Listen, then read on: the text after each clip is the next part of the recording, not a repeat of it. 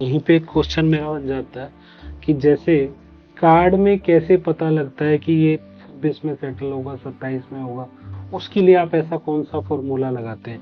क्योंकि इसमें ईयर तो लिखा नहीं आएगा। ऑफ कोर्स नहीं है, इसमें तो कुछ भी नहीं लिखा होता। हाँ, मैं वही तो कह रहा हूँ, इसमें तो ईयर नहीं लिखा आएगा, तो उसको कैसे हम लोग जानते हैं? इसमें बेसिकली मेरा थोड़ा हार्श क्वेश्चन है। नहीं नहीं, कोई हार्श नहीं है, बिल्कुल बेसिकली क्या सही है कि एक क्वेश्चन मैं है। आम हम्म पर्सन की तरह अब आपसे पूछ रहा हूँ कि मैं एक एस्ट्रोलॉजर भी अपने आप को ना मानते हुए, हम्म कि जो पब्लिक, जो लोग इसके ऊपर विश्वास करते हैं हम्म तो वो कैसे करते हैं, या जो नहीं करते तो वो कैसे करेंगे? हम्म। तो इसका मैं एक्चुअल में पूरा अंदर तक जर थोड़ा सा जानना चाह रहा हूँ। नहीं, थोड़ा नहीं, हम पूरा जाएंगे इसमें जब तक। हेमंत जी, आपके जो क्वेश्चन आप बिल्कुल पूछेंगे, बिकॉज वो सारे के सारे क्वेश्चंस आप तो हैं ही हैं, लेकिन वो ज्यादा पब्लिक के ज्यादा क्वेश्चन है। जी। टाइम प्रिडिक्शंस हम लोग ऐसे करते हैं कि स्प्रेड अलग होती है, एक चीज होती है स्प्रेड। स्प्रेड मतलब it is the art of ले आउटिंग द कार्ड्स, कि आप Okay. कार्ड्स को कैसे स्प्रेड करते हो। जैसे अभी मैंने इनका जब क्वेश्चन निकाला तो मैंने 3 कार्ड्स निकाले, क्योंकि मुझे लगा कि अंदर से लगा कि 3 कार्ड्स आर इनफ, कि मैं इनका सारा मैं देख सकती हूँ। ठीक है, जब हम कार्ड्स को निकालते हैं टाइम प्रिडिक्शंस के लिए, तो हम उसका एक अलग वे होता है निकालने का। ईयरली निकालना है हमें, मंथली निकालने हैं कार्ड्स, हमें वीकली निकालने हैं, डे वाइज निकालने हैं। तो वो कार्ड्स का लेआउट करने का अलग अलग स्टाइल होता है। ठीक है, कि अगर मुझे ईयरली निकालने हैं तो उसका एक अलग स्प्रेड बनेगा, मुझे मंथली निकालने हैं तो उसका एक अलग से स्प्रेड बनेगा। फिर वो कार्ड की एनर्जीज कैसी हमें दिख रही हैं, क्या वो कार्ड की एनर्जीज अच्छी हैं उस वाले मंथ के लिए या उस वाले साल के लिए। तो यानी कि अगर अच्छी हैं तो यस, नहीं है तो no. This is how we read the cards. रही बात आपका सेकंड क्वेश्चन कि कैसे इसके ऊपर ट्रस्ट किया जाए, इसके ऊपर हम ट्रस्ट ऐसे कर सकते हैं कि जैसे हम किसी की फोटो देखते हैं। हमारे तो टाइम में ऐसी शादी होती थी भाई, फोटो देख दिखा के डेफिनेटली। बंदा फिर बाद में घर में तब आता था, है ना। तो हम फोटो देख के कह सकते थे कि हाँ यार, ये इंसान ना हमें ऐसा दिख रहा है, वैसा दिख रहा है ना। अब 90% हम जज कर लेते थे फोटो से, एज्यूम करना है ना।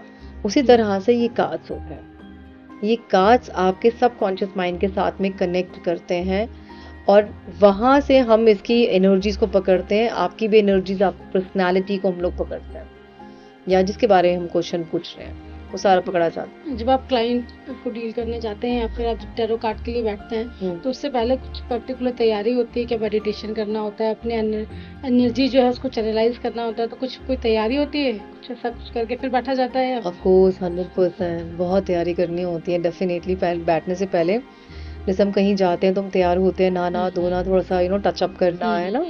तो उसी तरह से हम लोग अपना सुबह सुबह मेडिटेशन करते हैं। मैं अपने स्टूडेंट्स को भी बताती हूँ सब करने के लिए, कि आप 7 चक्रा मेडिटेशन एवरी डे, आप टेरो के साथ मेडिटेशन आप करोगे, रोज का अपना एक कार्ड निकालोगे और उस कार्ड के बारे में आप लिखोगे कि आपको उसमें से क्या दिखाई पड़ रहा है, because tarot is very deep science. ठीक है, देन आप ग्राउंडिंग भी करोगे। What is grounding? ग्राउंडिंग मतलब होता है कि आप धरती से जुड़े रहो हमेशा, है ना। नहीं तो कहते हैं ना कि अरे ये तो उड़ता जा रहा है, धरती पर टिकता ही नहीं है इंसान ना। तो ग्राउंडेड रहना बहुत जरूरी है, उसकी भी अपनी टेक्निक्स होती हैं। एंड देन अपने आप को प्रोटेक्शन देना is again very important. Protection देने के लिए मैं तो मंत्र जाप कराने को उनको बोलती हूँ, जिस भी धर्म से हो आप, उस धर्म का मंत्र जाप आप करो। या फिर मैं उनको बोलती हूँ कि आप कवच कुंडल कवच कुंडल कवच कुंडल आप चैंट करो। Kavach kundal is connected with lord Surya sorry kavach kundal is connected with the planet sun, और जो है भगवान सूर्य ने ही कर्ण को दिया था कवच कुंडल ना, उनकी प्रोटेक्शन के लिए। सो अगर हम वो चैंट करें, so it is again very good. अच्छा मैम, एक चीज और पूछता हूँ, यहीं पे आजकल इंटरनेट पे हर जगह पे प्रोसो प्यारे, कॉन्वलेक्सा, ये एक्चुअल में क्या है? जैसे आपने ये वर्ड अभी मंत्र बताया ना, तो आपकी बात से मुझे ऐसा याद आया। तो ये कॉन्वलेक्सा, प्रोसो प्यारे, या 2-4 और भी इस तरीके के कई सारे स्विच वर्ड्स जो ट्रेंड चला है, एंजल्स चले हुए हैं, स्विच वर्ड्स चले हुए हैं, इनका क्या? देखो, मुझे बाकी का नहीं पता, बाकी लोग और क्या चला रहे हैं। Honestly speaking, I totally believe in Vedas, because ये इटर्नल है। इटर्नल मतलब अनादि है, इनकी ना कोई बिगनिंग है ना इनका कोई एंड है। ये हमें पता है कि हमारे वेदास सबसे पुराने हैं, ठीक है। तो ये उसी में से निकला हुआ है, तो मैं तो वैदिक स्विच वर्ड ही सिखाती हूँ, यूज भी मैं वो ही करती हूँ। बाकी ये जो आपने बोला, मुझे तो मेरे को तो प्रोनाउंस करना भी नहीं आएगा ऑनेस्टली स्पीकिंग, ना मैंने कभी करे हैं, क्योंकि वो मेरे को विश्वास ही नहीं होता। तो जो मेरे को लगता है मेरा है अपना, मैं उसको ही यहाँ पे जो है यूज करूँ। नहीं, आपके क्वेश्चन का आंसर बिल्कुल सही है, हम्म। मैं उसमें मना नहीं कर रहा, पर मैं जो देख रहा हूँ ना कि लोग कौन वलेक्सा हो, कौन वलेक्सा, आ गए पैसे, आ गए पैसे, ऐसे नहीं आते पैसे, कैसे ऐसे कैसे आ आते जाएंगे पैसे? पैसे जब आप मेहनत नहीं करोगे। मैं आपको आज बोल देती हूँ कि हेमंत जी, मैं चाहती हूँ कि मेरा ना एक बांद्रा में मेरा बंगला हो, बांद्रा में बंगला को क्यों क्या बोलते हो, कॉन्वेक्सा जो भी कौन है। वलेक्सा? तो ऐसे नहीं आएगा जब तक मैं मेहनत नहीं करूंगी ना उस चीज के लिए। वही वही मेरा क्वेश्चन उस टाइम हाँ। पे यही था कि मतलब अगर मैं आपके पास आ रही हूँ एज ए क्लाइंट हम्म। और मैं खुद बहुत नेगेटिव हूँ, मान लीजिए कि मैं अपने जॉब करियर के लिए पूछने आई हूँ कि मुझे करियर में ग्रोथ चाहिए, बट मैं ऑफिस में काम ही नहीं कर रही हूँ, अपने काम में लापरवाही कर रही हूँ, टाइम से नहीं जा रही हूँ, हम्म। तो फिर वो कार्ड कैसे काम करेगा यार? नहीं करेगा कार्ड, और कार्ड आपको बता भी देगा, हमें बता भी देता है कि प्रॉब्लम आपके अंदर में है, उसको चेंज करो। आपका एक क्वेश्चन बड़ा अच्छा है। एक ना मेरे पास और I lady, she was saying not going great at all. तो मैम आप जरा बताओ, ये मेरा हस्बैंड ना कब अपनी मम्मी को छोड़ के हम अकेले कब रहने जाएंगे, ये है वो है, ये क्वेश्चंस आजकल बड़े कॉमन हो गए हैं। तो मैंने उससे कार्ड निकाले and then I found problem in that women only. जो मेरे पास क्लाइंट आई थी, मेरे को प्रॉब्लम उसी के अंदर में दिखाई दी, बिकॉज उसी के ही कार्ड सबसे ज्यादा नेगेटिव थे मेरे पास में जो कार्ड्स आए हैं। तो मैंने अब उसको ये तो नहीं बोल सकते कि जी आप नेगेटिव हो, भाई बात बोलनी भी उनको बिल्कुल सही है और बोलनी भी उस तरह से है कि वो इंसान इम्प्रूव भी करे अपने अंदर में। तो फिर मैंने उसको बोला कि मैंने कहा आपको ना यहाँ पे थोड़ा सा ना चेंज होना पड़ेगा, आपको थोड़ा सा ना मैनिपुलेट करना पड़ेगा, बिकॉज ऑफ कोर्स वो इतना टाइम से अपने मदर के साथ में रहा है, ही विल नॉट लीव। तो कहती मैम उसके लिए मुझे करना क्या है? मैंने कहा you just start loving his mother, ठीक है। और फिर मैंने एक दोस्त को स्विच वर्ड्स वगैरह बताया कि आप ना श्री कृष्णा बोला करो, कुकिंग करते हुए, Shri Krishna is the best friend, Krishna is the best friend of Draupadi, Krishna is the best friend of lord Sudama as well, sorry Krishna is the best friend of Sudama as well, lord हटा देना, ठीक है, ठीक है। तो sorry, Krishna is the best friend of Draupadi, Krishna is the best friend of all the Pandavas, Krishna is the best friend of Sudama as well. Krishna तो सबसे best friend है। तो मैंने कहा जब भी तुम कुकिंग वगैरह करो, मदर इन लॉ को तुम ही खाना देती हो, कह रही हाँ मैम मुझे देना, ये वो कह रही मन तो ऐसा करता है मैं ये कर दूं, मैं वो कर दूं। अच्छा तुम ना उसको ना श्री कृष्ण चैंट करते हुए देना, कहती फिर वो आ जाएगा मेरे साथ में, हस्बैंड मेरे साथ में चलना शुरू कर देगा, हम शिफ्ट हो जाएंगे कहीं और। मैंने कहा हाँ चांसेस बन सकते हैं। तो मैं कहा फिर मेरे को बताना क्या हुआ, 21 दिन तक पहले आप करो फिर मुझे बताना। शी डिडंट टर्न अप, वो मेरे पास नहीं आई 21 दिन के बाद, वो मेरे पास आई है हेमंत जी 31 दिन के बाद या ऐसे कुछ 30 दिन के बाद में। तो मैंने उसको बोला कि अच्छा क्या हुआ फिर, जो भी है। उसका क्वेश्चन वो नहीं था, उसका क्वेश्चन अब कुछ और था, करियर से रिलेटेड। मैंने कहा उसका क्या हुआ? कहती मैम वो ठीक है, शांत है वो ना, कह रही अब ठीक है अब चल रहा है जिंदगी।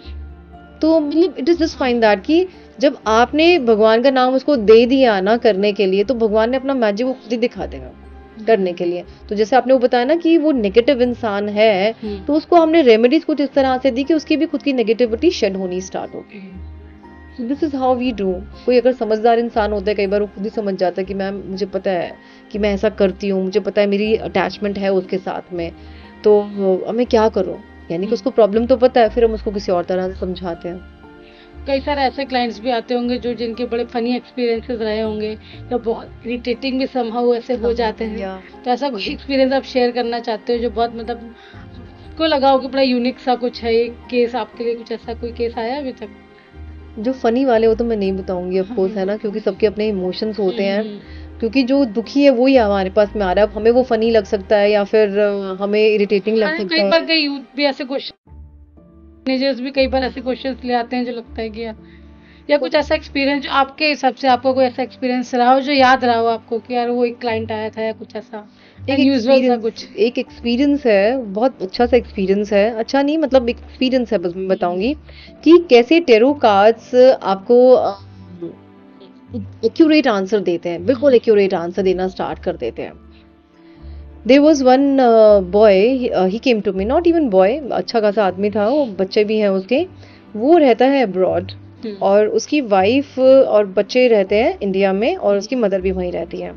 तो उसने मुझसे करियर का क्वेश्चन पूछा एंड करियर का क्वेश्चन उसने मेरे से पूछना स्टार्ट किया कि मैम मेरी जॉब का क्या है क्या नहीं है। मुझे कार्ड्स में दिखाई दिया कि that he is not happy with his wife and I asked him, मैंने कहा सर एक बात बताओ, चलो करियर का तो आपका हो गया, how is your married life going on with your wife? And he started crying. वो रोना ही शुरू हो गया। ऐसा होता है ना कि किसी को कोई उसको मिला ही नहीं, कोई उसकी सुनने के लिए बेचारे की। तो कहता अब हमें अजीब भी लगता है क्योंकि हमने कभी आदमी को रोते हुए देखा नहीं। हमारे तो भारत में ये बताते हैं ना कि अरे तू क्या लड़कियों की तरह रो रहा है, जबकि रोने देना चाहिए सबको, सबके इमोशंस होते हैं। तो मैंने बोला that's okay, you just keep crying, no problem. इनका मैं सुन रही हूँ आपको ध्यान से। वो पहले 10 मिनट तो वो रोए हैं शांति से बैठ के कि यार, फिर उन्होंने अपनी सारी स्टोरियां बताई हैं। कहते मैं आपको पता कैसे लगा ये सब चीज़ें? मैंने कहा तभी तो आप मेरे पास आए हो, क्योंकि हमें पता लग जाता है चीज़ें। तो मेरी कोई क्वालिटीज नहीं है, it is just the tarot cards, कि वो टेरो कार्ड्स आपको बता देते हैं। मेरी क्वालिटी सिर्फ यही है कि हमने टेरो कार्ड के साथ में कनेक्शन बनाया बहुत स्ट्रांग। अच्छा मैम, एक बात बताइए, अगर किसी को प्रोफेशनल टैरो कार्ड रीडर बनना है तो वो कौन सी क्वालिटीज है जो उसमें मस्ट होनी ही चाहिए, जिसके बिना वो टैरो कार्ड रीडर नहीं बन सकता है? ये यूजुअली पता है, ये क्वेश्चन ना सबके दिमाग में आता है कि क्या मैं टेरो कार्ड रीडर कर सकता हूँ, क्या मुझे भी ऐसे कुछ अच्छी सी इंग्लिश आनी चाहिए, अच्छा सा मुझे मेकअप करना आना चाहिए। It's nothing like that. आपका इंटरेस्ट होना चाहिए। हाँ। उस इंटरेस्ट से पहले आपका एक मिशन होना चाहिए कि मुझे टेरो कार्ड सीखना क्यों है। जब आपका मिशन नहीं है ना, then there is no use of learning the cards, क्योंकि आप ना इंटरेस्ट लूज कर जाओगे। जैसे एक मेरा मिशन था, मुझे ना अपना घर चलाना था, बिकॉज मेरे हस्बैंड का जो इनकम है, मेरी फैमिली इनकम है, वो अप एंड डाउन जा रही थी। तो मुझे ये था कि मुझे अपना घर चलाना है, तो मेरा एक मिशन था, उसको पकड़ के मैं चलती चली गई आगे। तो क्वालिटीज कुछ नहीं चाहिए, बस आपका इंटरेस्ट होना चाहिए और आपका मिशन होना चाहिए। You will be able to learn tarot cards. और टेरो कार्ड जितना कहते हैं ना कि लो इन्वेस्टमेंट बिजनेस या कोर्स कोई भी नहीं है, बिकॉज इसमें सिर्फ आपको टेरो कार्ड चाहिए जो मुश्किल से लोअर देन 1000 रुपए के आ जाते हैं, नथिंग एल्स। और एक कोने में टेबल लगाओ अपने घर में और एक चेयर लगाओ, बस ये पूरी दुनिया है आपकी, दैट्स इट। तो मिनिमम कितना टाइम, मतलब अगर फॉर एग्जांपल मैं हूँ, मुझे टैरो कार्ड सीखना है, तो कितने टाइम में मैं एक प्रोफेशनल टैरो कार्ड रीडर बन सकती हूँ, सोर्स ऑफ इनकम जनरेट कर सकती हूँ? Maximum 3 months. ओके, 3 मंथ्स में आप Yes. इससे लर्न कर सकते हैं? 3 मंथ्स आप चाहिए आपको खाली। जो मेरा अपना खुद का कोर्स का जो डिजाइन है, वो 2.5 से 3 महीने का मेरा कोर्स होता है, जिसमें मैं थ्राइस अ वीक क्लास लेती हूँ, हफ्ते में सिर्फ 3 दिन, वो भी सिर्फ 1-1 घंटा। क्योंकि मुझे ऐसा लगता है कि ज्यादा रजिस्टर करो ना दिमाग में, तो आपका दिमाग भी जो है थोड़ा सा चीजों को एब्जॉर्ब करने में टाइम लगता है, क्योंकि इनको एब्जॉर्ब करने में आपको टाइम लगेगा, बिकॉज ये बहुत ही डीप स्टडी होती है। एक एक कार्ड को समझना बारीकी से, ये मकान है तो मकान क्यों है, इनके ऊपर ब्लैक लाइन क्यों है, ये ऊपर खड़ी है नीचे खड़ी है, ये कप्स में सारे फ्लावर्स क्यों है, ये क्रॉस का साइन क्या है, पीछे जो बंदा जा रहा है इसका साइन क्या है, फिर ये कार्ड लव में क्या कहते हैं, करियर में क्या कहते हैं, एजुकेशन में, हेल्थ में, फिनेंस में, करंट फीलिंग में, गाइडेंस में, पास्ट प्रेजेंट फ्यूचर। तो this is why I just take only 1 hour class. मतलब एक कार्ड में हजारों मीनिंग निकल सकते हैं। बहुत सारे आप उसकी पर्सनालिटी भी आप निकालोगे, उसके दिमाग में क्या चल रहा है आप वो भी निकालोगे। सो टैरो तो बहुत ही ब्यूटीफुल सी जर्नी है। एंड जैसे मैंने बताया कि 2.5 से 3 महीने लगते हैं, थ्राइस अ वीक क्लास होती है और 1 hour, दैट्स इट। तो उसमें आप जो है आराम से एक अच्छे टैरो कार्ड रीडर आप बन सकते हो। ओके, तो इसके लिए जैसे अगर मैं बोलूँ कि लॉ ऑफ अट्रैक्शन या मैनिफेस्टेशन या जो आप कह रहे थे मेडिटेशन, इन सब चीज़ों की भी रिक्वायरमेंट होगी, क्योंकि जो हम पहले भी बात कर रहे थे कि अगर किसी को टैरो कार्ड सीखना है, फॉर एग्जांपल मुझे ही सीखना है, बट मैं बहुत नेगेटिव पर्सनालिटी हूँ या बहुत ओवर थिंकिंग करने का पैटर्न है मेरे लाइफ में, तो फिर मेरे लिए तो शायद मुश्किल हो जाएगा ये सीखना। हाँ, डेफिनेटली मुश्किल हो जाएगा और आप शायद इसमें एंटर भी नहीं करोगे जब तक आप नेगेटिव एक जोन में रहोगे। आप इसमें एंटर ही तब करोगे जब आप थोड़े से ना पॉजिटिव जोन की तरफ जाने की कोशिश आपकी शुरू हो जाएगी। कोशिश भी शुरू हो जाएगी ना, तो भी आप इसमें एंटर कर जाओगे, क्योंकि ये टेरो कार्ड आपको खुद ही प्योरीफाई कर देंगे। रही बात मेडिटेशन की, yes, meditation is important when you enter into tarot world, बहुत जरूरी है। क्योंकि मेडिटेशन का मतलब क्या होता है? मेडिटेशन इज कि आप अपने माइंड को जो है फोकस करें, माइंड को आप ट्रेन करें, माइंड को आप एजुकेट करें, माइंड का जो है प्रोसेस आप इस तरह से आप बनाएं कि वो एक जगह पे आपका ध्यान केंद्रित कर सके, है ना। जैसे कहते हैं ना कि मेडिटेशन आप करते रहो तो उसका रिजल्ट क्या आता है? माइंडफुलनेस आता है उसका रिजल्ट, कि आप माइंडफुल हो जाते हो। And what is mindful? Mindful is the art, या फिर कह सकते हैं एक स्टाइल है कि आप जो काम कर रहे हो आपका पूरा फोकस वहीं पे है। आप नहा रहे हो तो सिर्फ नहाने पे फोकस, खाना खा रहे हो तो खाना खाने पे ही फोकस, है ना। और कभी भी आप देखना ऐसे लोग डिस्टर्ब नहीं होते हैं जिनका सिर्फ एक ही चीज में फोकस होता है, और फोकस का ही काम है, किसी और चीज का काम है ही नहीं। तो यस, मेडिटेशन तो बहुत बहुत इंपॉर्टेंट है इसके अंदर।